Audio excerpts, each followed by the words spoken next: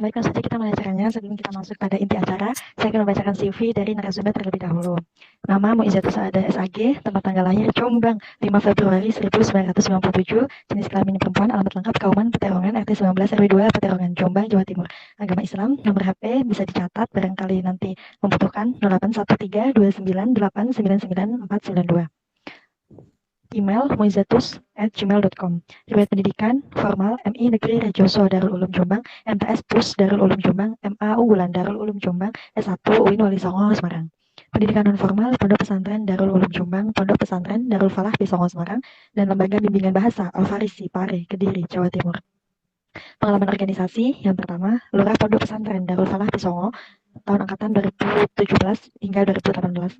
Kedua, anggota Daurah Kader Ulama Perempuan 2020 hingga saat ini. Pengalaman mengajarnya, yang pertama, pengajar lepas di SMA Al Azhar BSD Semarang, pengajar lepas di SMA Nurul Islami Semarang, dan pengajar di Darul Falah di Songo Semarang. Moto, jadilah manusia. Kepada waktu dan tempat kami persilakan. Oke, terima kasih Mbak Nailis. Ini sudah didengar ya suaranya ya? Oke. Terima kasih kepada teman-teman KKN yang sudah luar biasa walaupun tadi ada kendala ya, nggak apa-apa. Oke, terima kasih sudah diundang dan diberikan waktu untuk diskusi bersama. Kita kasih judulnya diskusi bersama aja, ya ngobrol bareng, ngopi-ngopi bareng gitu ya, ngobrol tentang gender gitu ya bersama-sama. Sebenarnya saya kemarin dikontak ya sama Mbak Nailis itu dengan tema yang menurut saya ya luar biasa gitu ya Mbak Nailis, karena bukan hanya sistem yang menyebabkan perempuan itu kurang eksis. Ternyata dari dalam diri perempuan pun juga masih belum ada kekuatan, belum ada kepedean untuk lebih eksis lagi ya. Jadi kita perlu membahas eksistensi perempuan lebih jauh. Kenapa harus ada eksistensi perempuan? Mengapa ya itu harus ada eksistensi perempuan itu kenapa? Terus nanti juga siapa yang akan mendorong dan juga yang harus menciptakan ruang sosial publik yang nantinya itu bisa membuat perempuan lebih nyaman untuk menunjukkan eksistensi dirinya begitu. Nggak usah berlama-lama ya karena ini udah banyak waktu yang terbuang. Oke, saya mau mulai dari beberapa pertanyaan yang saya ingin teman-teman di sini bisa bisa mengungkapkan dan menjawab bersama-sama. Akan ada 2 pertanyaan, ada 2 titik-titik yang harus kalian isi. Oke, karena saya ingin mengetahui seberapa jauh teman-teman ini memahami dan juga berpikiran yang adil gender gitu. Oke, pertanyaan pertama konsentrasi ya. Titik-titik sedang menyapu halaman sembari menggendong bayi. Enaknya jawabannya apa itu? Apa Mbak Nailis? Jawabannya apa? Ibu rumah tangga. Oke, yang lainnya? Mungkin dari teman-teman bisa di ruang chat ya. Jawabannya apa? Saya yakin jawabannya pasti ibu ya. Padahal menyapu halaman bisa nggak Bapak? Bisa. Oke. Bapak bisa nggak menggendong bayi? Bisa. Tapi alam bawah sadar kita menyatakan bahwa yang merawat, yang tukang bersih-bersih, yang menyayangi bayi itu adalah perempuan. Padahal laki-laki juga mampu sebenarnya. Hanya saja kendati sering tidak diberikan kesempatan atau enggak gitu udah kena omongan tetangga dulu ya guys. Sudah nyinyir gitu tetangganya kalau ada yang bapak-bapak nyapu sambil gendong bayi itu langsung kena nyinyir. Itu mana itu istrinya itu? Oh, istrinya itu durhaka banget gitu. Kayak gitu kan. Aduh, sorry bapak-bapak. Maafkan aku.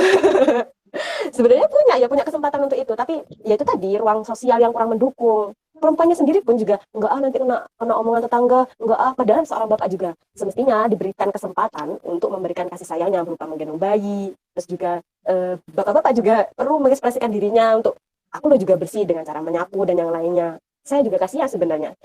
Keadilan gender itu juga harus diperjuangkan untuk laki-laki ya. Ya, ini aja contohnya salah satu contoh bahwa ternyata laki-laki juga terkena stigmatisasi gitu ya. Kalau yang terkesan jorok siapa biasanya? Laki-laki. Padahal laki-laki juga bisa bersih. Jadi maka penting kita harus memahami gender sebagai sebuah peran, sebagai sebuah aksi, sebagai sebuah eksistensi diri setiap manusia baik laki-laki maupun perempuan untuk saling mengeluarkan potensinya, baik itu yang dinilai feminin ataupun maskulin gitu. Nah, nanti kita akan bahas feminin itu apa, maskulin itu apa, gender itu apa gitu. Nah, tapi satu lagi, saya mau pertanyaan satu lagi. Ini ada sebuah cerita. Ya, saya ingin kalian memahami dan mengungkapkan rasa kalian kepada cerita ini gitu. Apakah kalian kecewa? Apakah kalian merasa itu ada hal yang tidak beres gitu? Bilang aja ya nggak apa-apa. Karena ini akan menguji seberapa jauh ketajaman kalian tentang keadilan atau tentang gender ya lebih pastinya. Oke, ceritanya ada seorang hakim. Oke, ada seorang hakim yang berduaan dengan seorang perempuan, menggandengnya merangkulnya, dibawa ke hotel. Kira-kira apa yang kamu rasakan melihat hakim yang dihormati kemudian berduaan dengan perempuan? Apa yang kamu rasakan? Dek Nailis dulu nih. Gimana? Apa yang kamu rasakan, Dek Nailis? Pastinya seudon dulu ya. Oke. Raja julid ya netizen. Oke, nggak apa-apa. Ya memang itu pasti ada rasa seudon. Tapi tahukah Anda bahwa hakim itu belum tentu seorang laki-laki. Hakim itu juga perempuan, bisa juga. Jadi kalau hakim dalam arti perempuan sedang berduaan dengan perempuan dan menggandengnya dan merangkulnya dan dibawa ke hotel, masalah nggak? Enggak. Enggak, sama sekali enggak. Maka yang harus kita benahi adalah mindset kita tentang tentang tadi itu seorang hakim masa nggak jadi, kita nggak akan berpikir bahwa hakim itu adalah perempuan. Padahal hakim pun juga bisa jadi seorang perempuan.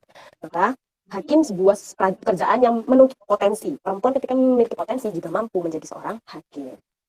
Ketika kita masih berpikiran hakim adalah laki-laki, kemudian yang menyapu adalah perempuan, maka pandangan kita terhadap gender itu masih belum sempurna. Maka penting bagi kita untuk belajar gender. Oke, sekarang saya mau tahu gender itu apa? Ayo. Gender apa, Mbak Nenis? Apa ya? Apa aja ya, terserah. Apa ya? Kalau aku nangkapnya tuh gender itu ya kayak apa sih? Ya kayak ini laki-laki, ini perempuan, kayak gitu nggak sih? Kayak Ini laki-laki, ini perempuan. Oke. Lebih ke apa? Fisiknya atau apa yang lainnya? Fisik, menurutku fisik bisa, terus kayak tipe gitu, kayak sebenarnya tuh gender tuh beda sih kayak sama sebenarnya tuh gender tuh beda sih sama jenis kelamin. Iya benar, gender itu beda dengan jenis kelamin. Gender itu kesetaraan hak antara perempuan dan laki-laki. Oke, ada yang jawab kayak gitu. Ya, terima kasih jawabannya. Ya, sebenarnya apa itu gender? Gender itu sangat berbeda dengan seks. Ya, kalau seks di pikiran kalian apa? Seks, Jangan-jangan hubungan intim pikirannya. Bukan ya. Seks dalam artian ini adalah seks berupa dalam pengertian kelamin. Ya, kelamin. Beda dengan gender itu lebih kepada peran sosial, terus potensial, yang bersifat potensial. Nah, walaupun kerap kali dalam bahasa aslinya memang gender itu artinya kelamin, benar. Kalau mau yang secara bahasa, secara harfiah, iya gender itu kelamin. Tapi gender itu beda dengan seks. Makanya sekarang kan kalau kita ngisi formulir-formulir, sekarang sudah banyak berubah. Katanya udah nggak gender lagi, tapi seks gitu. Feminine or atau dia man or woman gitu biasanya. Nah kita perlu dulu nih, kita tahu gender itu apa gitu. Ya banyak orang tokoh-tokoh yang mendefinisikan. Contohnya Musda Mulia ya, gender itu peran, tanggung jawab, sikap, fungsi, hak yang didapatkan oleh perempuan maupun laki-laki yang kerap kali dikonstruk sosialkan. Jadi kita tuh kadang-kadang berbuat itu ya karena konstruk sosial itu tadi. Mamanya kita mau pakai bedak nih karena apa nanti dikiranya kurus nanti jelek, nggak ya gitulah jadinya. Jadi konstruk sosial atau nggak gitu kita tadi ibu-ibu tadi kamu bilang bahwa yang nyapu yang gendong adalah ibu, padahal ya bisa jadi bapak, tapi karena konstruk sosial nanti kamu aku diarani, yang perempuannya bilang nanti aku diarani nggak becus jadi istri atau yang lainnya lah. Banyak sekali konstruk sosial yang akhirnya menstigmatisasi perempuan maupun laki-laki untuk tidak bisa melakukan potensi terbaiknya. Padahal laki-laki juga banyak loh tukang bersih-bersih laki-laki itu banyak. Maka dari itu kita harus merubah mindset kita terlebih dahulu tentang itu tadi bahwa gender berbeda dengan seks. Seks itu lebih kepada jenis kelamin tadi, bawaan biologis. Jadi kalau seks itu kayak laki-laki punya apa? Punya jakun, ciri-cirinya punya jakun, terus berkumis, terus yang juga dimiliki laki-laki perempuan pokoknya apa? Itu tadi kelamin, penis dan yang lainnya itu seks. Tapi kalau umpamanya tegas, laki-laki tegas, perempuan juga bisa tegas. Pokoknya yang bersifat peran dan juga potensial itu maksudnya adalah gender, dan itu bisa dirubah, bukan sebuah kodrati. Tapi kalau kalau laki-laki yang punya penis ya kita nggak mungkin yang punya penis ya kalau perempuan. Ataupun laki-laki yang nggak mungkin punya vagina dan juga rahim dan memiliki siklus menstruasi dan yang lainnya gitu. Maka itu sebuah kodrati ketika seks itu biologis. Maka kalau membahas gender itu nggak bisa lepas dari yang namanya maskulinitas dan femininitas gitu. Nah, ini apa sih hubungannya gender sama peran eksistensi perempuan nih gitu. Pasti udah kebelet udah gender itu udah sering banget kita bahas gitu. Tapi ini menurut saya penting sekali untuk dasar bahwa ya kita ketika melakukan analisis atau pisau melihat permasalahan itu harus dimulai dari pemahaman tentang gender itu tadi. Nah, saya mau melanjutkan sedikit nih tentang apa sih itu feminin dan maskulin. Nah, kalau kalian bilang feminin tuh pasti keingetnya siapa? Perempuan. Oke. Kalau maskulin? Laki-laki. Oke. Contoh sifat feminin apa aja? Feminin. Apa ya? Kemayu mungkin ya? Pemayo, oke. Terus apa lagi? Ini siapa ini yang ikut live ini? Feminin tuh apa feminin? Sifat apa lenje? Katanya Iya, ya Allah lenje tuh. lenje, Oke. Terus apa lagi feminin? Feminin tuh kayak suka menyayangi, merawat, terus habis itu pengen dilindungi, terus apalah ya. Ibaratnya tuh yang bersifat merawat dan juga menyayangi, yang kerajinan, yang bersifat kayak gitu. Nah, itu dikonsep sosial oleh masyarakat terdahulu dan sampai sekarang sebagai perempuan. Padahal dalam diri manusia itu memiliki dua sisi. Jadi yang harus kita garis bawahi, perempuan itu juga memiliki feminin, juga maskulin. Laki-laki juga punya maskulinitas dan juga femininitas. Maka tidak boleh kita menganggap bahwa laki-laki nggak bisa nyapu, nggak bisa menyayangi anak, nggak bisa menyayangi hewan. Oh, sama sekali tidak. Kemarin ada yang tanya ya tentang kenapa sih kalau ada korban pelecehan selalu yang disalahkan perempuan. Nah, maskulin itu kejantanan. Oke, maskulin kejantanan. Berarti laki-laki kalau tegas jantan nggak?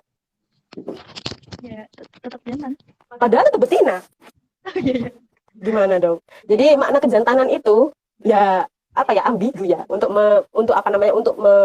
mengungkapkan maskulin, karena setiap orang punya maskulinitas dan juga femininitas. Nah, perempuan juga bisa memiliki sifat yang tegas, terus punya sifat yang dominasi juga ada dalam sifat perempuan, hanya saja tidak dikeluarkan, tidak digali, tidak rawat, sehingga eksistensi perempuan yang memiliki sifat-sifat maskulinitas maupun feminitas dengan stabil itu jarang terjadi. Itu makanya katanya orang jangan jadi hakim kalau perempuan nanti baper. Kenapa baper harus sama perempuan? Laki-laki juga banyak yang baper. Gitu. Yang baperin juga banyak. Lebih banyak yang baperin ya. Oke, lelaki punya selera. Ya, perempuan juga punya selera gitu ya. Sama saja. Jadi femininitas dan maskulinitas itu tidak bisa kita anggap hanya salah satu jenis kelamin saja yang memiliki. Tapi setiap jenis kelamin memiliki femininitas dan juga maskulinitas. Makanya ada orang yang merasa kayak tidak cocok. Kok aku merasa perempuan padahal kelaminnya laki-laki. Itu karena mungkin di masa kecilnya dia pengenalan gender, terus pengenalan tentang dirinya itu ada yang kurang atau ada yang salah gitu. Kayak mamanya banyak yang terjadi, saya beberapa kasus ya. Ada mungkin kalian juga mengetahui. Dia mungkin ibunya pengennya dia perempuan, ya kan. Kemudian ternyata lahirnya laki-laki. Akhirnya ibunya tuh masih kebawa, aku pengen anak perempuan. Akhirnya selera ibunya ditempelkan ke selera anaknya. Nah, akhirnya anaknya tadi tidak bisa mengeluarkan dirinya yang sejatinya karena konstruk sosial yang dibangun, terus pengalaman-pengalaman gender yang disampaikan oleh ibunya atau bapaknya itu tidak bisa diserap dengan baik dan juga tidak tepat gitu. Makanya peran ayah dan ibu dalam rumah tangga itu harus fair. Jangan ibu terus jangan bapak terus, itu juga bisa menata alam bawah sadarnya tidak baik gitu. Karena setiap manusia harus dibangun femininitas dan maskulinitas itu. Nah, maskulin adalah kata sifat. Nah, ada yang bilang maskulin adalah kata sifat. Ya memang maskulin itu ada kata yang menaungi sifat-sifat ya, sifatnya tegas dan yang lain, tapi itu bisa juga ada di perempuan maupun laki-laki. Karena dulu bagaimana ya, maksudnya perempuan lupa dengan kodratnya yang harus mematuhi suaminya. Oke, nanti kita bahas soal itu ya, tentang kepatuhan seorang perempuan. Oke, menarik sekali ini. Oke, jadi tadi ya Mbak Lelis itu dasar banget, kita sudah paham soal gender, kita sudah paham soal potensi feminin dan maskulin. Kita akan berangkat ke yang lainnya gitu. Kita mulai dari tema kita. Oke. Sebelum ke situ berarti itu ya Mbak, faktor yang memengaruhi femininitas dan maskulinitas itu sebenarnya lebih kuat dari faktor internal atau dari lingkungan sekitar seperti keluarga tadi? Ya semuanya yang membangun dirinya, Jadi saya pengen bertanya nih sama teman-teman semuanya nih, kapan Anda mengetahui diri Anda perempuan atau laki-laki? Saya ingin tahu. Coba diinget-inget, kapan kalian merasa bahwa saya perempuan gitu, saya laki-laki gitu. Kapan Mbak Nailis? Kalau Mbak Nailis kapan? Kalau cuma dari pengetahuan perempuan dari segi kelamin, dari TK saya juga udah tahu. Oh ya, udah tahu. Gitu. Oke, gimana cara tahunya Mbak Nailis? Gimana cara tahunya? Ya karena dari ibu saya menanamkan pakai jilbab, memakai rok, memakai atribut-atribut perempuan, seperti itu yang meyakinkan kalau saya perempuan gitu.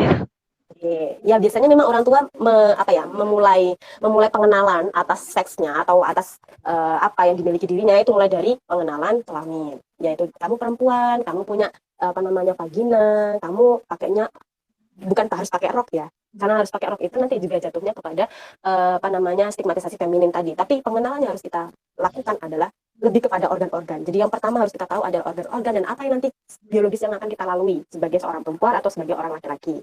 Karena kalau perempuan diceritain sama orang tuanya, kamu perempuan, kamu nanti akan kamu memiliki payudara, kamu memiliki rahim, kamu yang lebih kepada pada biologis ya. Nanti kalau sudah sampai umurnya, kepada peran, kepada pemikiran, nah nanti itu dijelaskan bahwa perempuan bisa menjadi apapun, cita-citanya apapun gitu. Nggak harus jadi yang ini, yang itu. Nah itu sudah mulai membuat anak itu berpikir untuk lebih terbuka. Nggak harus perempuan di rumah, kamu nanti kerjaannya masak, kamu harus bisa masak, kamu harus ini. Ya itu edukasi tapi bukan untuk memaksa gitu. Jadi edukasi untuk masak, membersihkan dan yang lainnya, pekerjaan-pekerjaan rumah maupun pekerjaan-pekerjaan yang lain adalah edukasi untuk kesetarsalingan. Jadi jangan sampai kita sudah dari awal lahir langsung diplot-plot gitu ya. Kayak saya dulu waktu masa kecil tuh punya dendam khusus ya, dendam khusus, bukan dendam khusus ya. Apa ya, punya masa lalu yang kurang gitu ketika pengenalan gender kepada diri saya ketika masih kecil. Tapi saya sangat menyayangi ibu saya dan saya bangga atas pendidikan beliau. Cuman ya ada hal yang kurang gitu ketika perempuan dinisbahkan kepada pekerjaan-pekerjaan rumah, kemudian laki-laki dia tidur gitu. Padahal saya juga bisa mengecat ya, saya bisa mengecat rumah, saya bisa maku, saya bisa, ya semua hal yang dikerjakan kakak saya bisa gitu. Sampai saya membuktikan dan saya bilang bahwa apa namanya, saya melakukannya bukan karena saya tidak bisa sebagai perempuan gitu.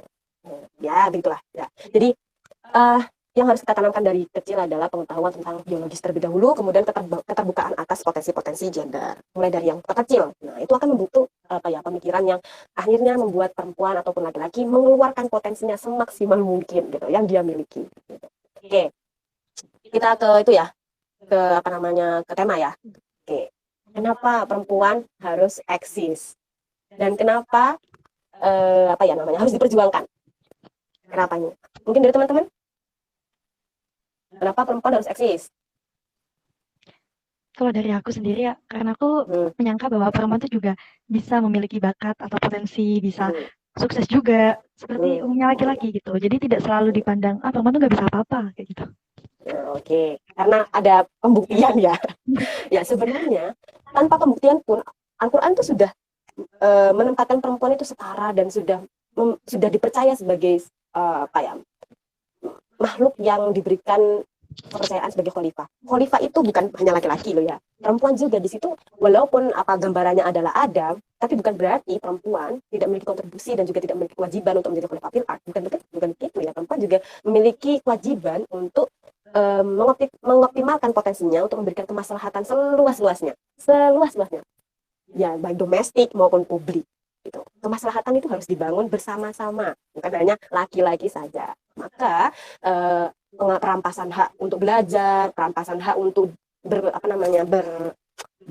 berkontribusi ataupun berpendapat itu menjadi hal yang tidak yang disayangkan lah gitu. Karena perempuan juga memiliki pengalaman yang penting untuk kehidupan sehari-hari dan keberlangsungan kehidupan gitu ya. Makanya fungsi kenapa kita harus eksis dan kenapa kita harus dia pemikiran ataupun perbuatan, karena ya tanggung jawab kita sebagai khalifah, tanggung jawab kita sebagai manusia. Makanya moto saya itu jadilah manusia gitu. Karena banyak sekali kita yang masih lupa kalau kita itu manusia gitu, yang sukanya pengen jadi malaikat atau enggak gitu menghujat dirinya sebagai setan. Banyak sekali itu lupa, padahal manusia itu ya kita sebagai manusia, dan jadilah manusia gitu ya, jadilah manusia dengan segala kekurangan dan kelebihan, dengan segala potensi, kewajiban dan peraturan-peraturan yang Allah tulis kepada manusia, dan segala sesuatu yang menjadi sistem sebagai manusia itu harus dijalankan.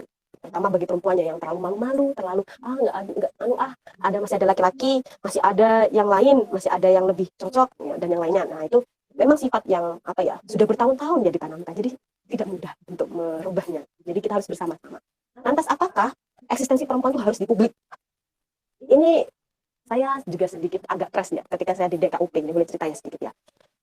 Ada beberapa bunyai yang salah satunya itu masih berpikiran belum terlalu adil gender. Jadi di DKUP itu kayak forum-forum yang mengumpulkan beberapa perempuan dan laki-laki yang digembleng untuk memberikan kontribusi keberlangsungan pembelajaran gender yang lebih baik. Ini seperti itu sih. Jadi melihat Al-Quran dengan baik, melihat hukum-hukum dengan baik, dan juga realitas sosial dengan keadilan gender gitu, atau kesetaraan gender. Nah, maka di situ bukan maka ya. Dan di situ itu ada bunyai yang saya agak konsentrasi. Ada bunyai yang masih bertanya begini, saya tuh heran gitu dengan perempuan yang masih di rumah saja gitu. Saya terus berpikir pas waktu itu saya diskusi, emang ada yang salah dengan domestik? Ada yang salah nggak dengan domestik? Nggak ada yang salah. Eksistensi perempuan itu dimanapun, yang bisa membuat maslahat dari mulai yang terkecil dari mulai kemaslahatan dirinya, kemaslahatan anaknya, keluarganya, sampai kepada lingkungannya, sampai kepada negaranya, itu bisa dimulai dari ranah domestik. Gitu.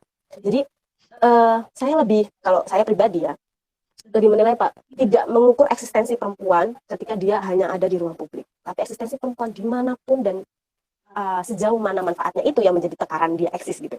Bukan berarti orang yang di domestik dan memilih dirinya di rumah, kemudian menggali potensinya untuk diberikan kepada masyarakatnya yang masih lingkup kecil, ataupun kepada keluarganya yang sangat kecil lingkupnya ya, itu bukan tidak memberikan kontribusi apapun dan bukan berarti tidak eksis. Nah itu harus dipahami ya, karena eksistensi perempuan tidak diukur dari sejauh mana dia eksis di publik gitu. Tapi yang dimaksud publik di sini adalah perempuan diberikan kesempatan untuk mengeluarkan potensinya.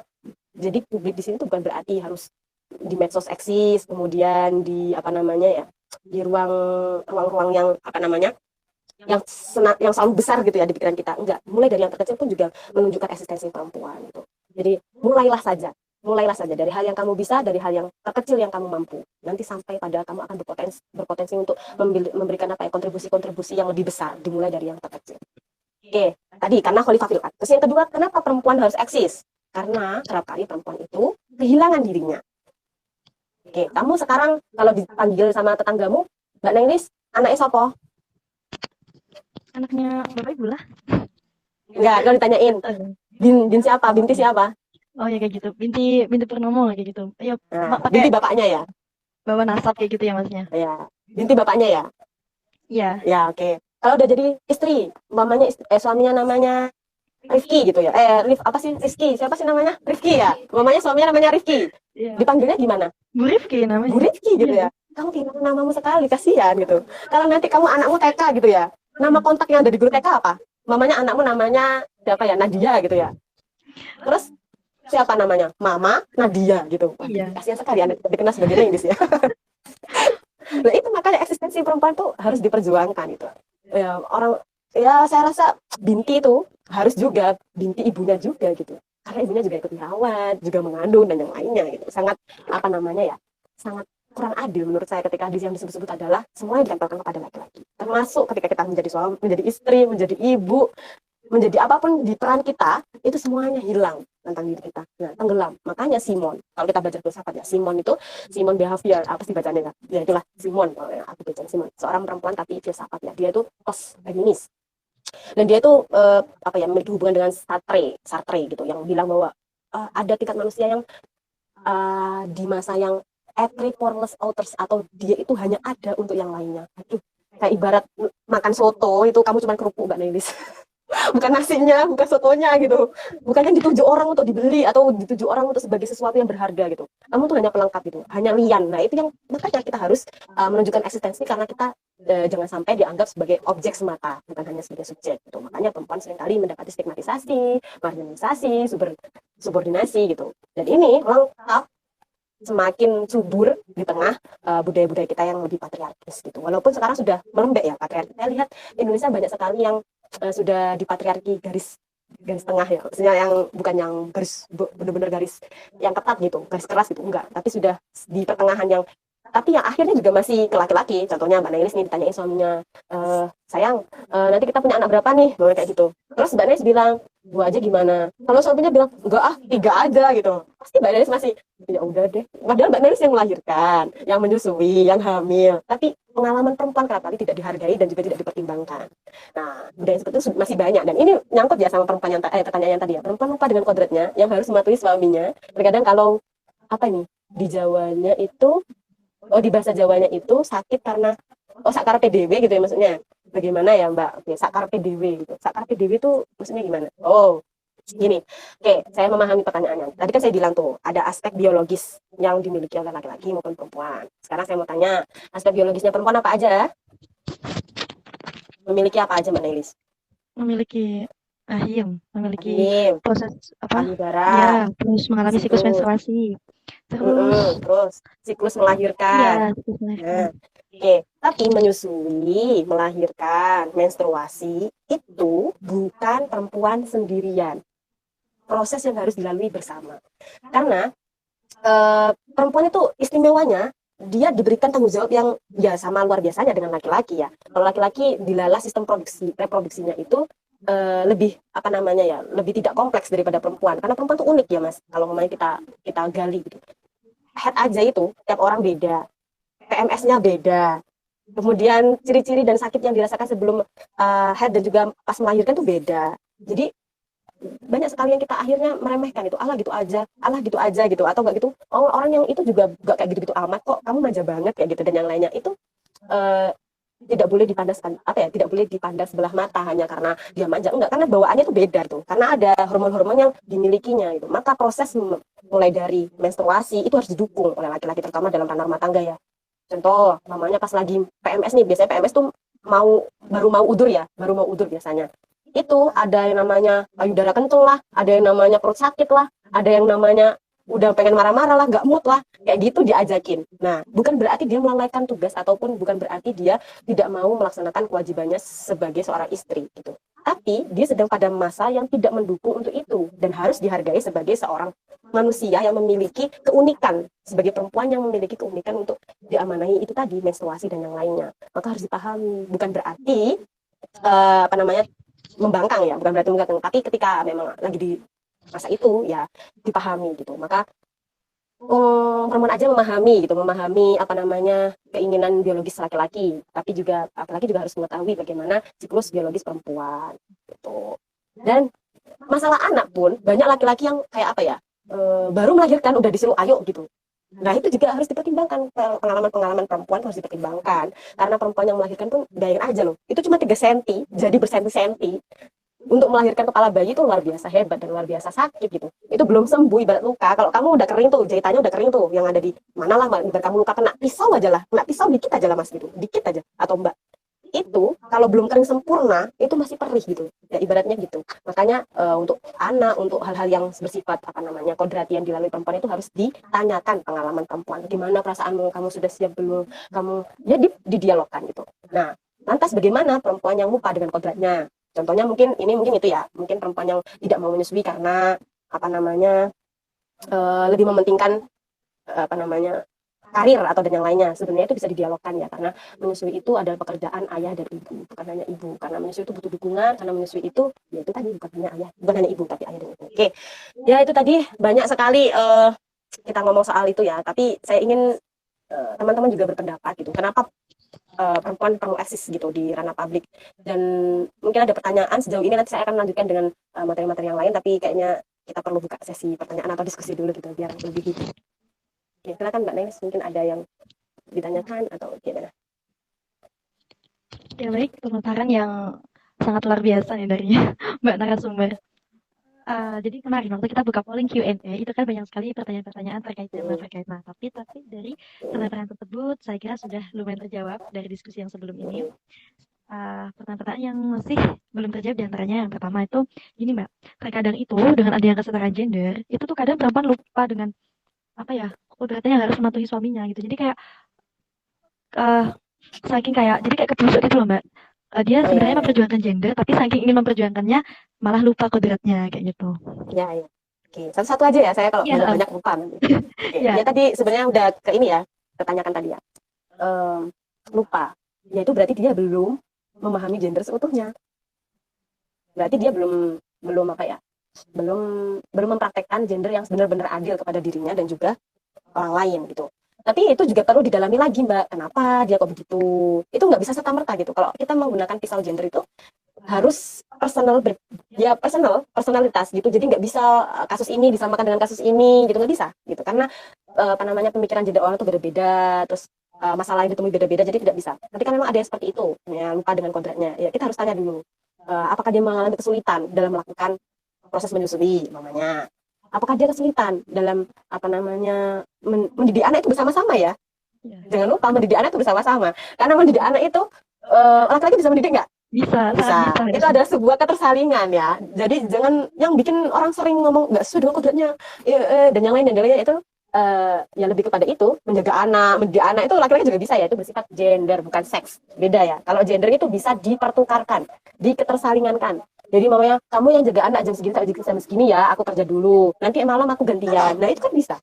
Tapi kalau yang menyusui dan yang lainnya itu memang kepada dirinya sendiri karena dia kodrati, karena yang laki-laki nggak bisa menyusui, tapi laki-laki juga harus terlibat dalam proses menyusui. Itu penting karena tahu nggak Mas atau Mbak, kalau menyusui itu dia tertekan, dia tidak bisa menghasilkan ASI yang lebih baik atau lebih lancar ya ibaratnya. Itu studi banyak ya bilang kayak gitu. Bahkan ada yang mengalami baby blues.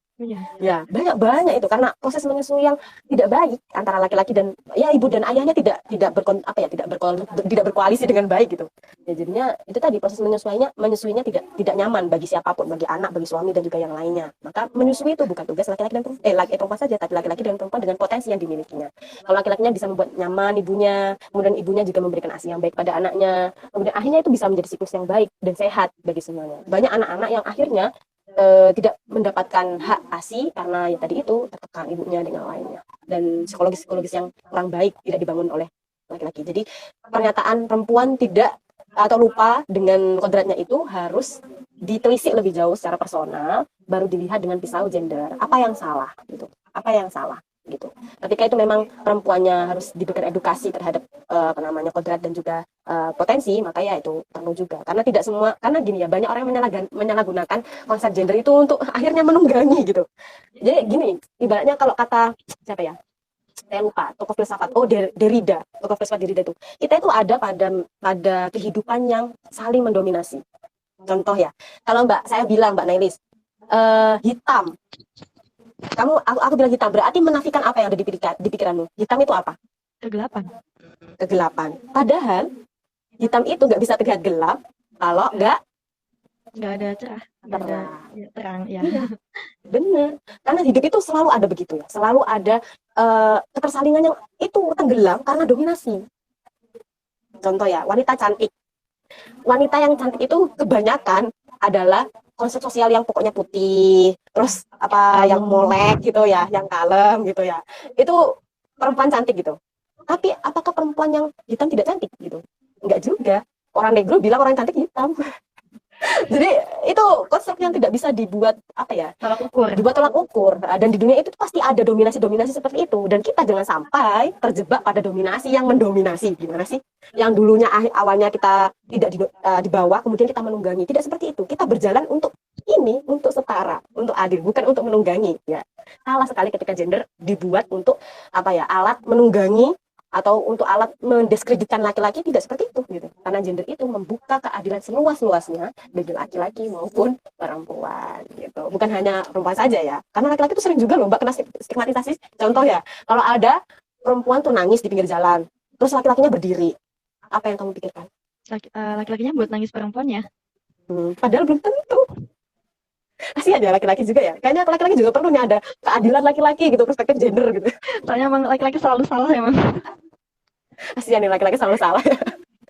Ya, jadi ya walaupun stigmatisasi yang dilalui laki-laki itu memang tidak banyak dan tidak serumit perempuan, karena perempuan itu sudah bertahun-tahun hidup di lingkungan patriarki yang rajanya adalah laki-laki, maka banyak sekali stigmatisasi dan juga marginalisasi yang dilakukan oleh laki-laki untuk kemenangan laki-laki. Maka Bu Nur Rofiah itu ada bilang gini, Mbak Nailis, ada 3 level kemanusiaan perempuan, kesadaran kemanusiaan perempuan. Ternyata banyak orang yang tidak sadar tentang kita loh Mbak Nailis.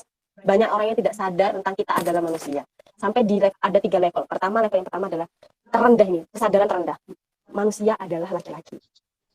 Maka segala yang tentang perempuan adalah digenggam oleh laki-laki. Segala yang tentang perempuan keputusannya adalah yang baik untuk laki-laki. Sampai di adat-adat itu dia untuk cantik saja harus menggunakan besi di sini bertingkat-tingkat gitu. Ada juga yang dikikir giginya sampai lancip. Ada juga yang kakinya sampai direngkuk kayak gini Mbak. Direngkuk, benar-benar direngkuk. Kecil gitu. Karena untuk apa? Menurut laki-laki mereka itu adalah cantik. Jadi siapa yang di sini masih diperbudak sama imajinasi laki-laki untuk menjadi cantik? Ya kita berusaha untuk memberikan yang terbaik, tapi bukan berarti kita tidak menyayangi diri kita. Karena banyak yang akhirnya oplas gitu ya, tambah gak betatin gitu ya, tambah jelek gitu ya. Banyak sekali yang awalnya ingin menuruti konsepnya laki-laki yang ini, yang itu, akhirnya dia kehilangan dirinya. Makanya manusia adalah laki-laki gitu. Oke. Terus level selanjutnya itu ya masih tengah-tengah lah ya. Ya tadi itu masih di semi-semi. Ya perempuan manusia, iya manusia. Tapi standarnya adalah laki-laki. Kembali lagi standarnya laki-laki.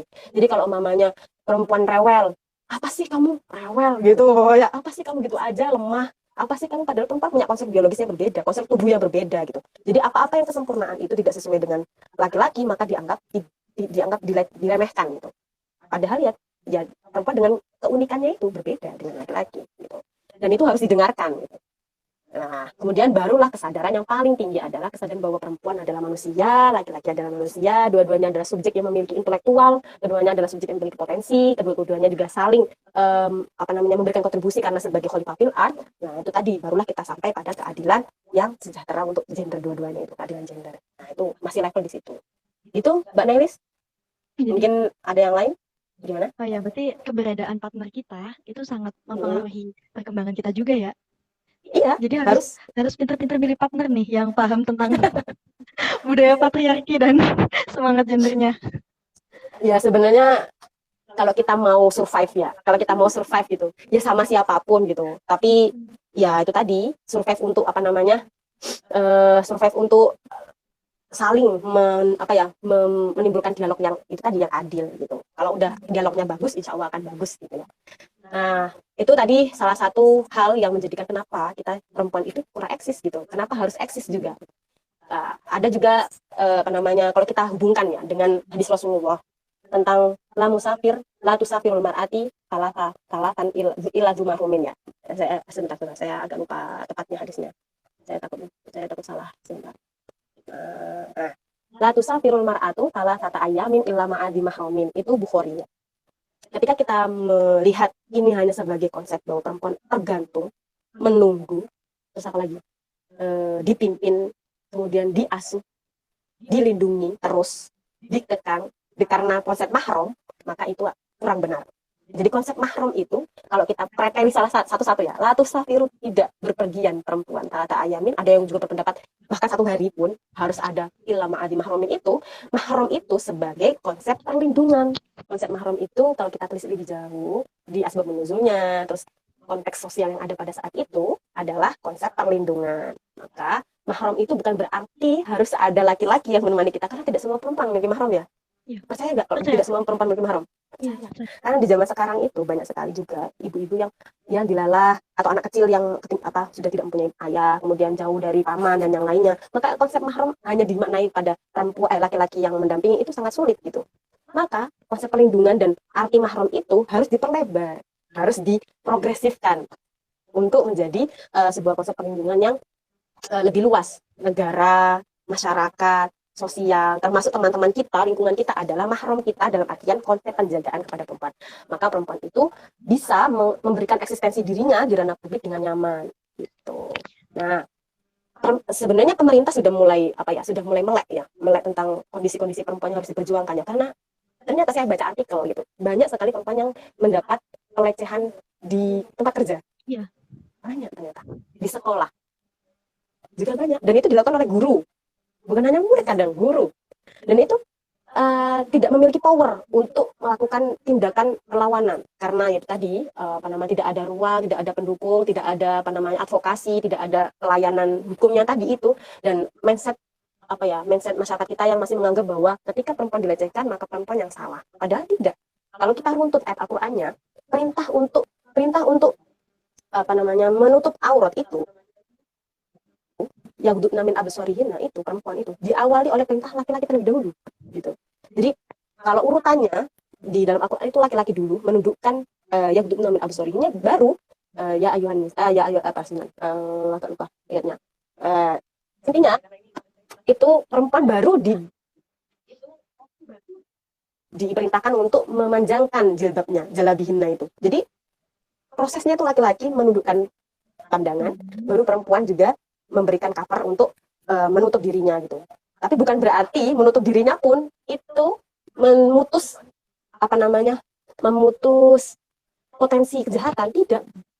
Ya gimana ya, banyak juga orang yang pakai rok, orang yang pakai gamis juga terjadi pelecehan seksual. Itu menandakan bahwa yang perlu dibenahi adalah mindsetnya, yang perlu dibenahi adalah pola pikirnya. Jadi ini PR buat para laki-laki untuk membuktikan ya, bahwa saya yakin ya teman-teman di sini tuh juga kalau lihat ibu guru kan nggak berpikir aneh-aneh kan gitu, karena Anda ketika melihat guru melihat sebagai seorang yang memiliki intelektualitas, yang memiliki potensi, yang kita hormati, yang memiliki juga eksistensi, maka tidak hanya sebagai objek seksual. ketika perempuan itu hanya dilihat sebagai objek seksual, maka ya itu tadi, walaupun dia pakai gombrong-gombrong pun tetap. Maka cara pandang kita kepada perempuan itu harus dirubah. Perempuan bukanlah fitnah, gitu. Bukan fitnah ya. Nah, nanti itu ada bukunya Pak Fakihudin Abdul Qadir ya, tapi saya juga masih belum baca, walaupun ya beberapa kali ikut seminar beliau, tapi belum beli dan juga membaca secara utuh gitu. Tapi kesan perempuan sebagai fitnah aja itu sudah tidak sesuai dengan ajaran Islam yang universalnya adalah rahmatan lil alamin. Masa rahmatan lil alamin hanya hanya didapatkan oleh laki-laki ya? Sangat tidak ya. Karena misi dan visi Rasulullah diturunkan ke dunia adalah rahmatan lil alamin dan juga makarimal akhlak. Maka yang harus dibenahi dari kita ya, dengan konsep-konsep yang adil, gender adil kepada sesama, maka itu akan terbangun gitu. Adil bagi semuanya. Jadi perempuan bukan hanya objek sosial semata gitu, dan juga bukan objek apa ya, pokoknya nilainya tuh pokoknya kalau ada perempuan buka siti gitu langsung wes pikiran tekan. Karena itu maka buka siti jus itu ya bikin orang itu berpikir bahwa perempuan tuh objek sosial, objek seksual aja gitu. Padahal perempuan tuh punya intelektual, perempuan punya perasaan, perempuan punya pengalaman. Yang kalau kalian mandang guru itu loh, guru kan sebagai seorang yang manusia, yang punya pikiran, yang punya power, yang punya, ya itu tadi harus begitu gitu. Kenapa kalau lihat guru itu biasa aja gitu, nggak pengen kayak objek sosial, objek sosial yang lainnya, enggak kan? Tapi kalau ada lihat perempuan apa gitu, aduh, iku koyo montok iku, koyo gini, kenapa kayak gitu? Ya karena pikiran kita yang masih berpikir bahwa perempuan adalah objek seksual. Harus digeser, karena perempuan juga punya intelektual sama dengan laki-laki. Jadi kan kita perempuan juga gak mandang laki-laki dari itu doang kan gitu. Ya melihat dari laki-laki dari sifatnya, dari ketegasannya dan yang lainnya gitu. Ya itu Mbak Nelis. Nah, terkait dari urusan itu kan bahwa harus menerapkan misa yang sebaik mungkin, berarti artinya tentang bagaimana perempuan itu bisa eksistensi dengan baik, eksistensi dengan bebas, eksistensi dengan leluasa di ranah publik ya Mbak. Nah tapi di sini ketika kita menerapkan itu, tidak sedikit kelompok yang pro dan kontra terhadap apa yang kita terapkan. Nah, gimana cara kita tuh menjembatani antara kelompok yang pro dengan kita, yakni yang sama-sama berjuang gender, memperjuangkan hak kita, dengan yang kontra. Terutama mereka yang sering kontra itu dari yang kental dengan budaya patriarki. Apalagi seringkali dikaitkan dengan dalil keagamaan bahwa perempuan itu harus begini, begini, dan begini. Ya, oke. Itu memang PR kita semua ya, PR kita semua. Bagaimana teks-teks keagamaan itu dikuasai oleh laki-laki. Ya bagaimana tidak? Kalau kita runtut ke zaman Rasulullah, ke zaman jahiliyah, itu perempuan tidak memiliki hak apapun untuk bersuara, bahkan diwariskan, bahkan diperjualbelikan ya kan. Kemudian geser kepada masa Rasulullah, Khadijah sudah mulai memberikan suaranya. Jadi saya kurang setuju ya ketika ada bilang suara wanita itu aurat ya. Karena Aisyah, istri Rasulullah, itu juga meriwayatkan hadis kan juga bersuara ya kepada para sahabat, terus kemudian menyampaikan mengingatkan sahabat juga ketika ada yang tidak sesuai dengan perilaku Rasulullah. Jadi beberapa kali Aisyah itu mengingatkan, enggak loh, Rasulullah enggak kayak gitu loh gitu. Dan juga beberapa kali juga Aisyah langsung menyampaikan kepada Abu Hurairah, menyampaikan kepada para rawi hadis. Nah itu, maka suara perempuan bukanlah sesuatu yang aib gitu.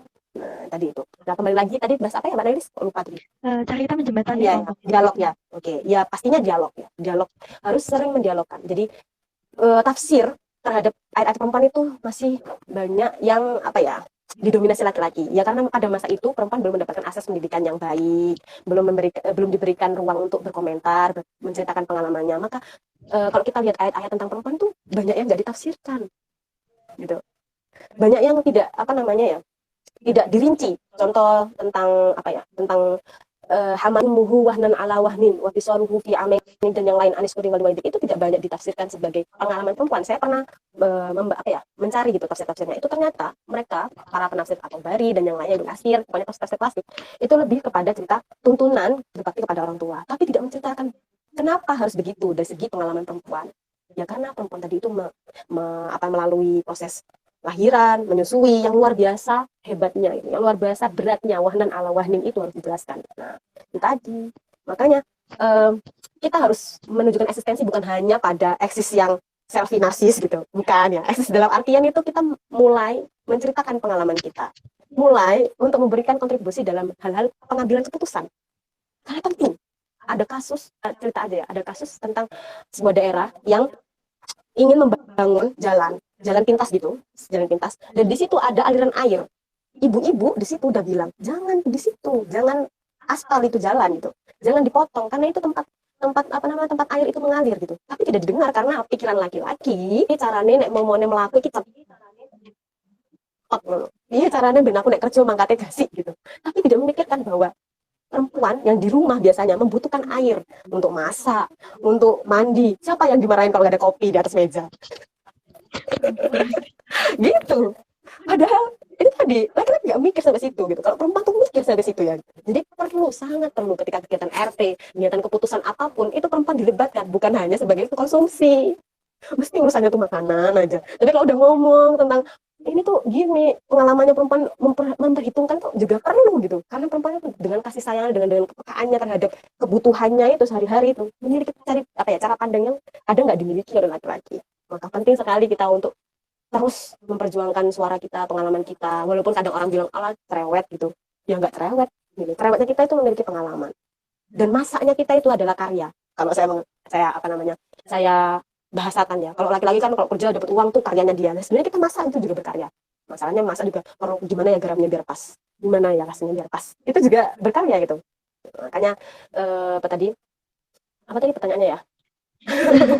Yang itu kalau ada pro kontra tadi. Ya, makanya harus ada dialog gitu. Makanya harus ada dialog. Mulai dari pemahaman agama tadi, bahwa tafsir yang masa lalu itu masih dikuasai oleh laki-laki, maka perlu adanya reinterpretasi. Perlu ada dibaca ulang, terus diikutkan perempuan untuk, iya benar nggak sih kalau gini, kalau perempuan, kalau menurutmu gimana gitu. Makanya banyak tokoh-tokoh tafsir ya kayak Aminah Wadud, Fatimah Mernisi, walaupun itu masih pro kontra tentang pendapatnya, ya itu tapi sudah jauh lebih bagus untuk perempuan maju mengungkapkan pendapatnya dalam menafsirkan Al-Quran gitu, yang ramah tentunya pada dirinya. Karena banyak sekali ayat-ayat yang kayak poligami ya Mbak ya, itu kan ada nyambung ya ke pertanyaan poligami itu ya. Sebenarnya gini, kalau kata Bunda Rafa itu ada tiga proses gitu. Al-Quran itu merekam 3 proses keagamaan yang dirangkum dalam Al-Quran secara sempurna. Pertama, Al-Quran merekam kejadian pada waktu itu, pada masa jahiliyah kan tahu kita ya, bahwa perempuan nggak punya eksistensi sama sekali gitu ya, sebagai barang diwariskan terus dan yang lain sebagainya lah gitu. Terus Al-Quran merekam kejadian itu, merekam kayak perbudakan dan yang lainnya, kayak ayat-ayat tentang tidak boleh budak dan yang atau boleh menikahi budak dan yang lainnya, itu merekam kejadian itu gitu. Itu masih di titik berangkat, belum masih tujuan Al-Quran, tujuan kemaslahatan Al-Quran itu belum, masih titik berangkat, masih merekam, terus memberikan respon-respon kecil. Makanya pas pada waktu itu Al-Quran merespon poligami itu, ya udah deh 4 gitu.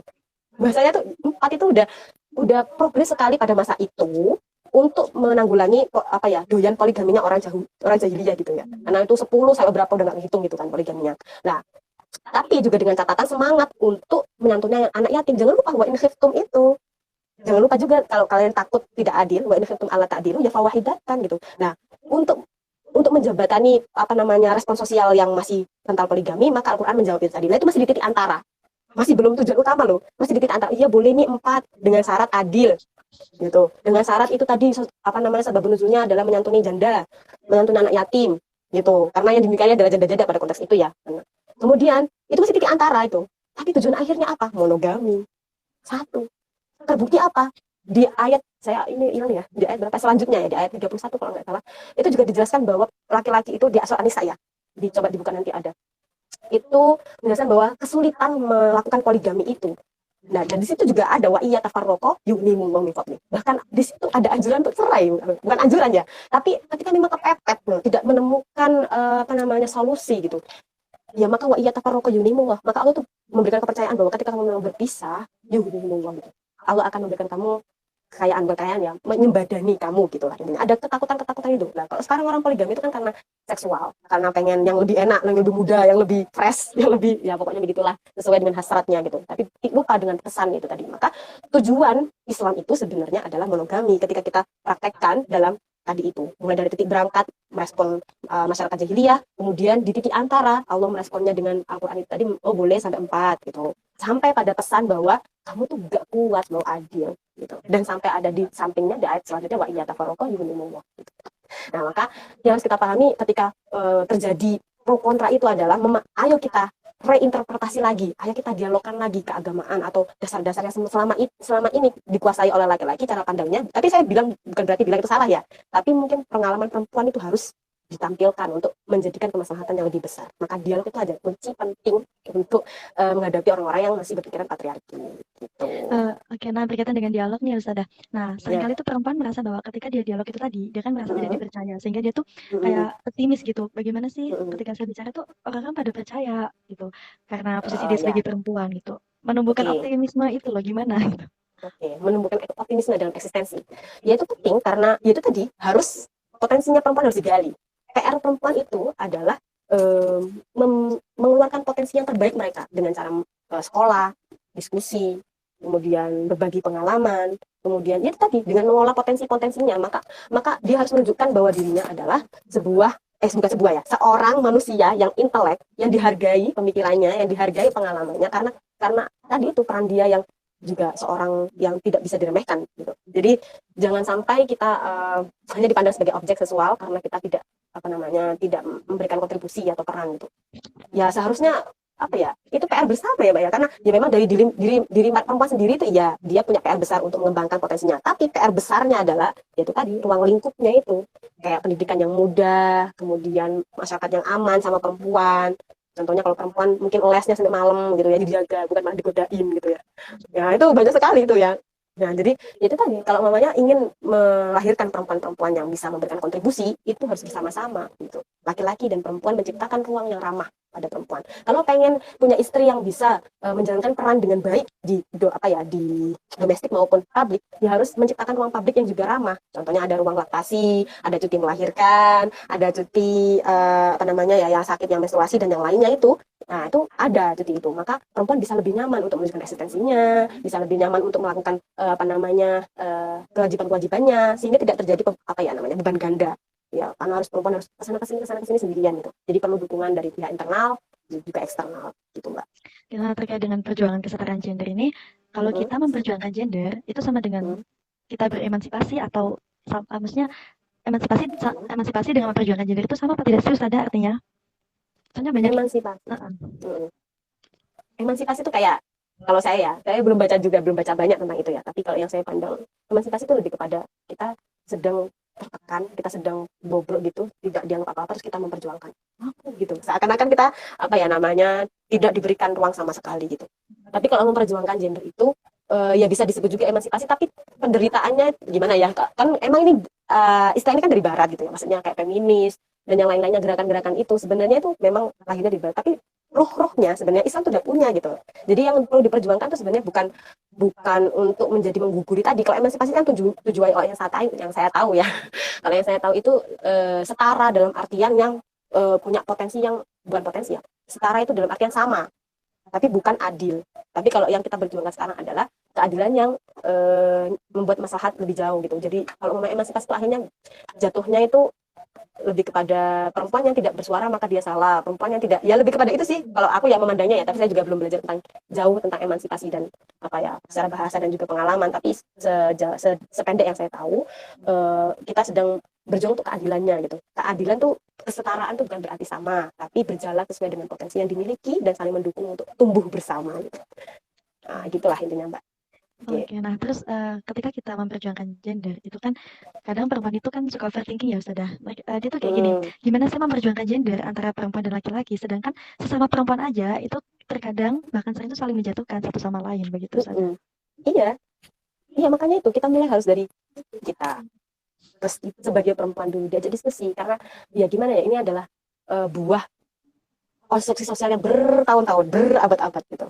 Jadi sangat tidak mudah untuk berubahnya, dan butuh proses yang sangat lama, sosialisasi yang sangat panjang, mulai dari diri kita, terus habis itu teman kita, ya dan yang lainnya itu. Jadi hal yang sangat wajar ketika perempuan dan perempuan tidak saling mendukung tuh hal yang wajar, karena ya setiap manusia punya titik kesadaran gender yang beda-beda, maka itu harus dikomunikasikan. Dan juga ingat, kita sedang tidak untuk menimbulkan dominasi yang lain gitu. Karena tadi itu, kalau ketika kita tidak berhasil untuk gini, tapi berhasilnya gini, kita sedang tidak berhasil, tapi gagal. Gitu. Jadi jangan sampai gender itu dibuat untuk dominasi atau menunggangi lagi, karena kita sudah ditunggangi nih, jadinya balas dendam dong, bukan adil dong gitu. Tapi ya gunakan gender itu untuk sejajar, setara gitu, dalam porsi yang sesuai dengan laki-laki dan perempuan, dengan penghargaan biologisnya, dengan penghargaan potensi perempuan itu tadi gitu Mbak Nelly. Ya, ini masih ada pertanyaan yang belum terjawab Ustazah. Ini yang pertama, ini tentang bagaimana sih pendapat jenengan Ustazah mengenai nas Al-Quran yang berbunyi lidzakarya mithlu hadzil unthayain, bahwa bagian itu perempuan itu setengah dari laki-laki. Wah ini berbeda banyak sekali ya, ini kontroversial kayaknya ya, karena Syahrur punya Muhammad Syahrur itu salah satu penafsir ahli tafsir kontekstual ya. Itu kalau batasan-batasan itu tuh sudah tidak sesuai gitu dan yang lainnya gitu. Namun kalau dari saya sendiri Al-Quran memang memberikan kemaslahatan pada masa itu, tapi saya belum berani, jujur saja ya, saya belum berani untuk menyatakan bahwa harus satu-satu gitu, atau harus dua-dua. Karena ya walaupun saya belajar dari Muhammad, ada Syahrul, ada Fazlur Rahman, dan ada yang lainnya, tapi untuk masalah waris itu karena bukan saya alasannya kenapa saya belum berani untuk mengatakan itu, bukan berarti saya tidak memberikan solusi untuk kesetaraan gitu, tapi lebih kepada bagaimana kita tetap menjalankan apa yang Al-Quran itu inginkan, tapi juga memberikan kesetaraan, maksudnya keadilan bagi semuanya. Karena gini, kalau saya memberikan konsepnya seperti ini, menawarkan konsepnya seperti ini ya. Jadi dibagi dulu, kemudian dibagi lagi sesuai dengan, pertama dibagi sesuai dengan ajaran Islam yang 1/2, 1/4, 1/6 dan yang lainnya karena waris itu tadi. Tapi juga dibagi juga sesuai ketika itu sudah didapatkan, kemudian dihitung lagi sesuai dengan potensi yang dimiliki. Contoh nih, ada adik kita perempuan yang masih sekolah, dia dapatnya sedikit kan karena perempuan, terus ada perempuan lagi dia dapatnya asoba, ma'awoyir, ada ma'awoyirnya udah dikit, tambah seperempat, tambah dikit gitu. Udah yang laki-laki itu posisinya adalah seorang yang sudah menikah, punya pekerjaan yang sudah mapan, maka sangat zalim sekali ketika pembagian warisnya itu perempuannya dapat sedikit karena dia perempuan gitu. Tapi yang laki-laki karena dia kelaki-lakiannya itu tadi, padahal potensinya dia bisa lebih mempunyai kemampuan untuk bertahan hidup lebih jauh daripada yang tadi, perempuan tadi itu, maka menurut saya itu tidak bagus gitu. Maka ukurannya adalah tetap kepada potensi yang dimiliki dan juga kebutuhan. Jadi adil itu bukan berarti angka gitu. Nah, yang dimaksud pada saat itu 1/2 itu tadi adalah sesuai dengan pada saat itu sesuai dengan kebutuhan dan juga potensi yang dimiliki. Maka karena laki-laki di situ harus berperang, laki-laki di situ mempunyai track record yang sangat tinggi di masyarakat, maka dia harus mempunyai harta yang lebih. Nah, sedangkan perempuan pada masa itu masih di domestik saja gitu. Nah, maka pembagian itu memang sudah adil pada masa itu, tapi harus direka ulang atau harus dipikirkan ulang ketika itu dihadapkan dengan konteks masa kini. Maka tawaran Syahrul pun juga menjadi menarik gitu. Nah, satu-satu pun juga belum pasti, menurut saya satu-satu pun itu belum juga pasti adil. Ketika itu ditemukan satu-satu gitu. Jadi menurut saya adalah itu tadi menghitung dari segi potensi dan juga kebutuhan. Kalau menurut saya ya pribadi gitu. Walaupun saya belum seorang yang pantas untuk berbicara, tapi kalau ditanya saya pribadi, ya saya tetap kalau saya pribadi ya, saya tetap membagi sesuai dengan syariat, tapi kemudian harus ada hibah di situ. Ya, itu kan namanya hibah. Karena nggak bisa mewaris, jadinya jatuhnya hibah. Jadi kalau udah kakaknya merasa enggak lah harus ada kepekaan bahwa oh ini adikku masih seperti ini. Nah kalau belum ada kepekaan, nah maka itu bisa diterapkan Syahrul. Tapi kalau sudah ada kepekaan, maka ya itu tadi konsepnya tetap dibagi sesuai dengan apa waris, sesuai dengan negara. Tapi nanti ada konsep hibah-hibahnya tadi gitu. Oh adik masih sekolah, maka dia masih butuh. Ya udah aku ini aja kamu itu. Walaupun udah dibagi secara agama. Itu Mbak Nelis. Itu solusi sih menurut saya.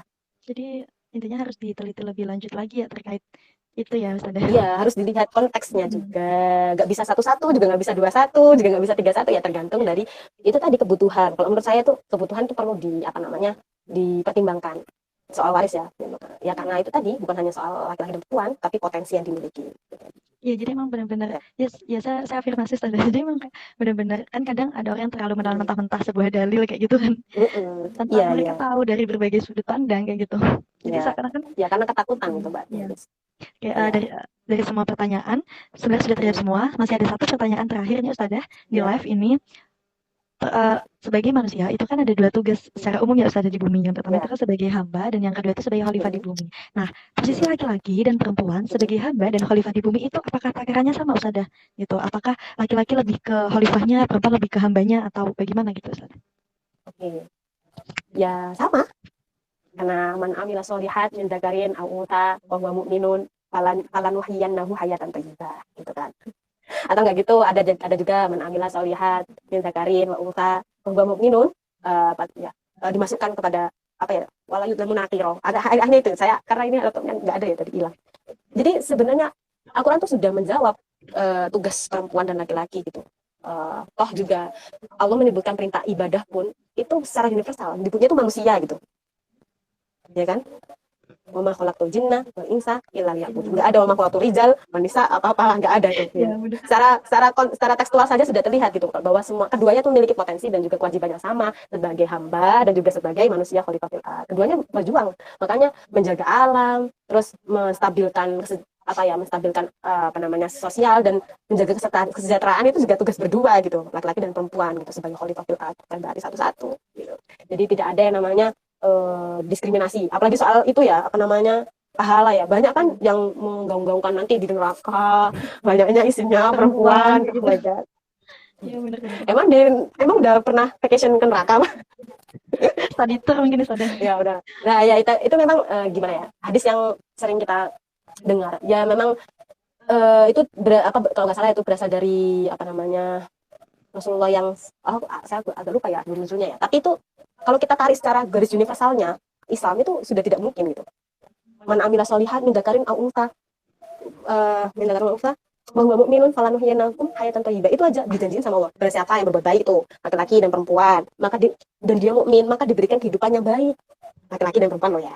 Kemudian man amila sholihan yang satunya itu, nanti walayut lamun nakira gitu. Tidak ada yang didolimi sama sekali dan dua itu bisa masuk surga. Itu Al-Qur'annya loh. Dari segi situ saja, bukan berarti saya bilang hadisnya salah ya. Tapi itu mungkin hadisnya adalah merekam dan juga menjawab kondisi pada masa itu. Pasti ada maksud tersendiri gitu. Tapi tidak bisa dipahami secara mentah ketika dihadapkan dengan sekarang gitu. Harus ada apa namanya ya reinterpretasi ulang gitu dengan misi universalnya Al-Quran gitu. Jadi Al-Quran tuh punya misi universal, kedamaian, keadilan, rahmat. Apalagi Mbak, ya banyak sekali. Itu harus ditaruh di atas. Ya, untuk menjawab apa ya namanya ayat-ayat yang terkesan apa ya namanya tadi itu terkesan jahat, terkesan diskreditkan, itu nggak boleh tuh. Ayat-ayat universal itu sudah menjadi patokan. Makanya kayak ada ayat jihad, ayat-ayat yang lainnya terkesan waqatiluhum hatta ya yang lain kayak gitu, suruh waktu luhum haitsabitum dan yang lainnya, pokoknya tentang jihad, suruh membunuh, suruh jihad, suruh perang itu juga harus dilihat dari segi apa namanya keuniversalan dan keuniversalan Al-Quran. Di situ pasti itu perangnya juga kalau kita telisik pasti juga didahului oleh serangan gitu. Dan ada banyak sekali kalau kita buka di surah Al-Baqarah ya, itu banyak lah pesan-pesannya. Harus jangan sampai kita melihat pesan itu sangat tidak sempurna. Al-Quran itu sangat sempurna ya. Yang tidak sempurna itu adalah kemampuan kita untuk memahami maksudnya. Maka interpretasi Al-Quran itu sangat penting. Tafsir itu bukan final, harus dipahami. Tafsir bukan final. Maka harus ada terus interpretasi terus sesuai dengan zaman, sesuai dengan masa, agar Al-Quran itu terus solihun fi kulli zaman wa makan gitu ya, sesuai dengan idiomnya gitu. Nah itu jangan sampai ya kita terjebak gitu ya. Tunggu Mbak ya. Oke, baik, dari berapa puluh pertanyaan ini ya, alhamdulillah sudah terjawab semua, meski tidak disampaikan satu-satu karena sudah tercakup dalam pembahasan yang nyerempet-nyerempet tadi. Tapi alhamdulillah kita sudah sampai di penghujung acara nih ya, Ustazah. Jadi inti yang bisa kita ambil dari Q&A pada pagi hari ini adalah bahwa pentingnya pemahaman dan pengetahuan mengenai kesetaraan gender itu bukan hanya berlaku untuk perempuan gitu, Ustazah, tapi juga laki-laki gitu. Perlunya pemahaman dari keduanya dan komunikasi untuk memperundingkan posisi peran dari keduanya tuh sangat penting gitu ya. Terus dengan berdasar Al-Quran dan dalil-dalilnya yang sebenarnya itu bukan final, kita harus perlu adanya kontinuitas untuk selalu interpretasi gitu ya Ustaz ya. Ya, betul sekali. Yang saya bisa tangkap kalau di garis bawahi itu sih gitu kan. Jadi benar-benar diskusi pada pagi hari itu membuat kita melek banget gitu kalau hal itu benar-benar penting, dan saya sendiri sampai ya ampun aku nggak sadar gitu.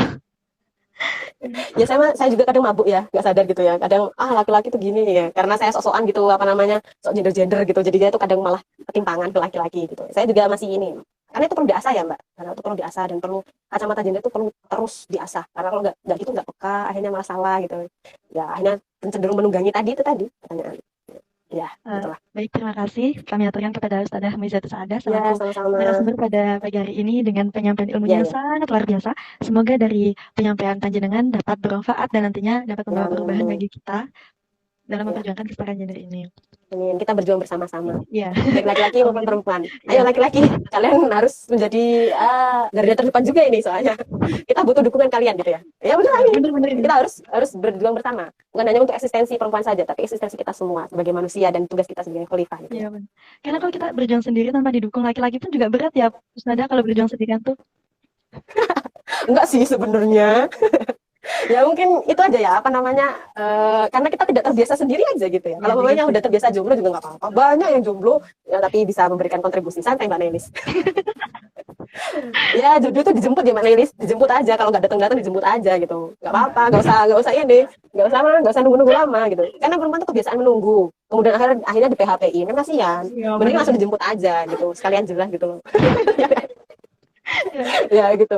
Ya itu kan banyak sekali lah guyonan-guyonan yang akhirnya timbul karena gender ya kan. Banyak guyonan-guyonan, tapi Ya, yang penting itu jangan sampai kita menjadikan hal yang apa ya namanya bias-bias itu tuh hal yang biasa gitu loh, kayak ngomongin soal apa ya perempuan yang montok atau apa itu kan kayak apa ya yang di grup-grup itu loh. Ya, saya tuh agak sering gitu lihat kayak pelecehan-pelecehan perempuan lewat apa ya, lewat apa namanya, lewat teks-teks gitu, Iya. atau jadikan guyonan perempuan yang gimana gimana gitu. Ya itu juga harus kita apa namanya kita sadarkan bahwa ayo bersama-sama kita menimbulkan apa ya penghargaan yang setara gitu antara laki-laki dan perempuan gitu. Ya bersama-sama harusnya nggak bisa sendirian. Jangan jadi jomblo kalau masalah ini Mbak Ninis. Harusnya berjamaah, jangan menfarid. OTW cari imam deh habisnya. Ah, terus cari imam. Ayo siapa yang di sini? Oh ya, mau cerita nih Mbak Nelis nih. Iya. Kemarin kan saya kan ada yang bocor ke grup saya di S2 itu. Wah, kayaknya pada banyak yang CP nih, minta CP. Terus kan ada satu bilang, "Oh, udah ada CP-nya tuh di situ, langsung aja gas." Bukan tertarik sama materinya ini, guys, tapi tertarik sama moderator. Memang ya, cantik itu ini ya, punya power tersendiri, tapi don't worry. Kita masih punya potensi-potensi yang lain yang mungkin manis kayak saya. Atau mungkin yang lainnya dengan potensinya itu kita pasti apa bisa dihargai. Walaupun ya sebenarnya kita yang pertama hargai adalah diri kita sendiri gitu. Dan jangan jadi orang yang harus memuaskan orang lain tuh enggak. Ya jadi diri kita sendiri, jadi versi terbaik kita, maka orang lain akan dengan sendirinya menghargai kita dengan apa yang kita miliki. Bukan berarti orang lain ngomong, "Kamu tuh bagusnya pakai alis" gitu. Terus kita kesulitan tuh jadinya alisnya malah jadi sinchan gitu ya. Malah jadi jelek gitu karena menuruti apa namanya standar orang lain gitu ya. Ya standar orang lain tuh harus berdasarkan pada syariat. Standar yang harus kita ikuti ya tetap syariat, tetap apa namanya tetap koridor yang baik, tata krama akhlak yang baik. Bukan berarti kita harus tidak mengikuti sama sekali, enggak, tapi harus ada taraf-taraf syariat dan juga koridor akhlak yang dicontohkan Rasulullah. Bukan berarti juga kita harus ikut semua perkataannya, tidak. Karena jadi diri sendiri dan jadi manusia yang eksis dengan dirinya sendiri itu ya itu tadi adalah kewajiban kita sendiri ya, kewajiban individu. Saya tuh ini agak tertarik sebenarnya sama narsis, Mbak. Ya, karena perempuan tuh yang paling sering narsis siapa? Ya saya tanya laki-laki. Siapa? Sebenarnya sama-sama sih, tapi banyaknya memang perempuan karena dia itu gak pede. Karena dia itu udah bertahun-tahun jadi bahan standar laki-laki. Makanya dia akhirnya kalau apa namanya narsismenya itu adalah dia pengen eksistensinya itu dihargai dengan cara dia harus jalan dulu kalau mau foto, kemudian harus jadi yang lebih luar biasa dulu untuk menyenangkan. Akhirnya dia pengen menunjukkannya dengan kata narsisme itu tadi, narsis yang dalam artian tidak menjadi diri sendiri, kemudian dia memposting apa yang tidak ada pada dirinya, tapi dia usahakan untuk menyenangkan orang lain. Nah itu jangan sampai, walaupun itu terjadi pada laki-laki dan perempuan, tapi krisis-krisis itu tuh sering sekali terjadi pada perempuan. Makanya kita harus dukung perempuan-perempuan untuk berkarya, untuk berpikir, untuk memberikan kontribusi yang lebih dari sekedar apa yang dia miliki sebagai objek sosial, objek seksual. Enggak ya, kita enggak hanya itu loh, kita bisa apa aja gitu. Nah maka itu harus kita tunjukkan sebagai apa, diniatin aja gitu sebagai perintah khalifah kita gitu. Diniatin ikut apa namanya sunnah Rasul, ikut tuntunan Rasul. Bahkan sosok-sosok yang harus kita idolakan adalah Aisyah, terus siapa Fatimah, yang beliau juga ikut berperang gitu. Bahkan juga banyak sekali wanita-wanita ikut perang walaupun itu dengan sesuai potensi yang mereka miliki pada saat itu gitu. Jadi kita adalah orang manusia yang juga sama sebagai subjek yang memiliki intelektual, sebagai subjek yang memiliki peran dan potensi yang harus dihargai gitu. Jangan nggak pede ya Mbak Nelis ya, pede aja udah cantik kok. Tapi kita tuh cantik di mata orang yang tepat loh, Sada. Gitu ya, iya ya, cantik ya. Memang kok cantik tuh masuk sosial Mbak, udah nggak usah. Memang di mata yang tepat, kalau nggak tepat ya nggak cantik. Kan tuh kalau kalian lihat orang-orang yang pakai besi-besi di sini tuh atau yang telinganya lebar tuh pasti bilang yang laki-laki di sini pasti nggak mau itu kan. Pasti kok telinga kayak gitu. Nah itu karena matanya beda, cara pandangnya beda. Nah, maka jangan mengejar kecantikan. Ya dirawat dengan baik, tapi bukan untuk dikejar sebagai sesuatu yang harus kesempurnaan gitu. Tapi akhlak kita, intelektual kita, potensi yang kita miliki itu menjadi PR terberat kita gitu. Selain kita menjaga diri kita, ya menjaga tuh ya boleh, karena kenapa kita pakai foundation kalau ada yang laki-laki yang tanya ya. Karena atau kita pakai apa namanya? Sunblock. Nah, karena kalau dari konstruknya itu kulitnya perempuan itu lebih tipis, lebih terkena, lebih sensitif gitu. Banyak juga yang lebih berminyak dan yang lainnya, walaupun ada beberapa perempuan yang memang nggak sensitif sih, tapi itu tadi karena kebutuhan mereka gitu kan, kebutuhan untuk merawat diri mereka gitu. Ya nggak apa-apa sebenarnya dandan tuh, asalkan kalian bahagia dan tidak tertekan dengan apa namanya cara pandang orang lain yang harus ini itu gitu. Ya pokoknya jadi diri sendiri, jadilah manusia seutuhnya Mbak Nelis, pokoknya dengan segala potensi, dengan segala kekurangan, dan kemudian kalau ada kekurangan harus disempurnakan sendiri. Jangan sampai kamu bilang aku punya kekurangan terus aku tak cari imam aja biar kekuranganku jadi sempurna. Emang dia apa bisa menyempurnakan gitu ya. Ya sebenarnya kekurangan itu adalah yang menyempurnakan diri kita sendiri. Kalau kita boros, pengennya ketemu sama orang yang nggak boros, itu sebenarnya dibuat motivasi. Tapi yang berubah dari diri kita. Boros-boros aja terus kalau kita nggak mau merubah. Tapi partner itu kita cari yang lebih baik atau kita cari yang bisa berdialog bareng itu untuk menimbulkan suasana yang bisa mendorong kita lebih baik. Bukan berarti harus dilengkapi orang lain gitu. Karena ya perubahan ya di dalam diri kita sendiri. Iya, Tuh, berarti, itu ya. berarti inti dari semuanya itu adalah di mindset kita itu ya Ustaz, yang harus kita Iya. benahi dan atur sebijak mungkin gitu ya. Ya, Pokoknya semangat lah untuk kita semua ya. Baik laki-laki maupun perempuan. Kalau laki-laki merasa terlecehkan juga boleh loh ngomong dengan kacamata gender. Iya. Boleh sekali gitu. Bilang lu kamu tuh gak sesuai dengan gendernya. Oh gitu. Loh, gender tuh milik kita juga gitu. Sampai saya juga pernah menulis artikel gender milik siapa. Ternyata milik semuanya gitu. Karena gender itu keadilan, kesetaraan, kedamaian, kemaslahatan bersama. Maka tidak ada yang namanya gender milik perempuan. Tidak. Gender tidak mempunyai jenis kelamin. Kalau gender memiliki jenis kelamin ya namanya gak gender lagi gitu. Itulah intinya. Ya. Baik, sekali lagi terima kasih ya kepada Ustazah buat ilmu dan tambahannya. Sekali lagi sama-sama. semoga bisa kita ambil hikmahnya dan ilmu yang dapat kita tularkan dan amalkan ke dalam masyarakat kita seperti itu ya. Sekali lagi terima kasih Ustazah. Ya, sama-sama. Mohon maaf ya kalau ada banyak yang ayat-ayat yang tadi hilang, saya nggak hafal atau mungkin ada banyak yang tertinggal. Ya kita ngobrol-ngobrol aja gitu. Ya. Terus sekali lagi terima kasih pemaparannya benar-benar luar biasa. Nggak tahu mau ngomong apa lagi, intinya mau meninggal gitu. Aduh jangan dong. Saking istimewanya, saking aduh benar-benar. Tadi kan udah banyak banget dari kemarin, banyak banget pertanyaan-pertanyaan yang masuk. Nah, karena kita di pamflet kemarin sudah tertera bahwa kita akan menyaring 3 penanya terbaik yang akan memenangkan voucher Shopee dari kita. Iya, door prize dari kita. Nah, untuk pemenang tersebut nanti kita akan bukan umumkan di sini ya, karena kita harus mendiskusikan kepada panitia lain juga. Nah, buat teman-teman stay terus ya kepada Instagram kita, di follow, jangan lupa di like juga. Bisa diikuti sosial media kita juga untuk terutama sih untuk menyaksikan siapa nanti akan menjadi pemenang dari 3 penanya terbaik itu. Sekali lagi terima kasih buat Bu narasumber khususnya dan buat para peserta kepada umumnya. Terima kasih, saya akhiri. Wabillahi taufiq wal hidayah. Wassalamualaikum warahmatullahi wabarakatuh. Waalaikumsalam warahmatullahi wabarakatuh.